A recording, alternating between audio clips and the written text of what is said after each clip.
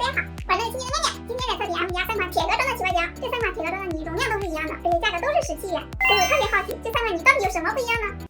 下面就来一一测评一下，看看有什么不同吧。先来看一下这个鸳鸯波波。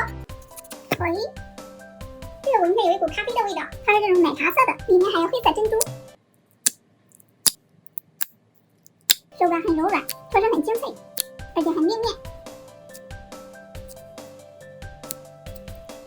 拉伸性很不错，捏得很舒服。再看一下这款 M 豆猪猪，这个上次跟人家已经展示过一点了，是巧克力的味道，咖啡的颜色。刚买回来的时候很厚实，现在脱起来很软糯，是不是真的像巧克力一样纵向丝滑？这个亮面看着很漂亮，戳起来很好听，这个拉伸起来好柔软啊，拉得快了就会感觉很有韧性。来甩个帐篷看一下，好大呀，弹弹的。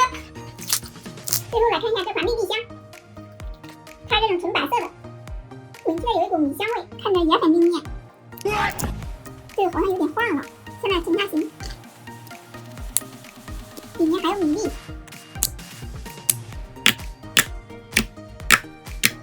它是这种很吸手指的质感，这个拉伸起来也很柔软，感觉这3款你能拉伸的都差不多。下面再来对比一下起泡效果，先来听一下扎耳声。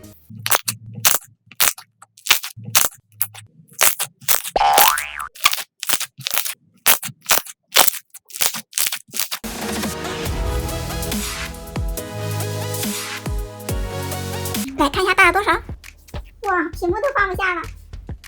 这款鸳鸯波波感觉大了有15倍。小泡不粘手哦。这款 M 豆猪猪起的也好蓬松啊，感觉也有15倍左右哎。手感特别好。再看一下密闭箱，这个也有15倍左右，真是小小的一盒，大大的能量呀。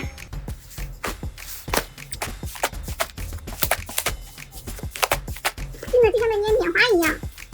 现在这3款你都测评完了，感觉它们就是颜色和气味不同，起泡效果和起泡王差不多。但是你们最喜欢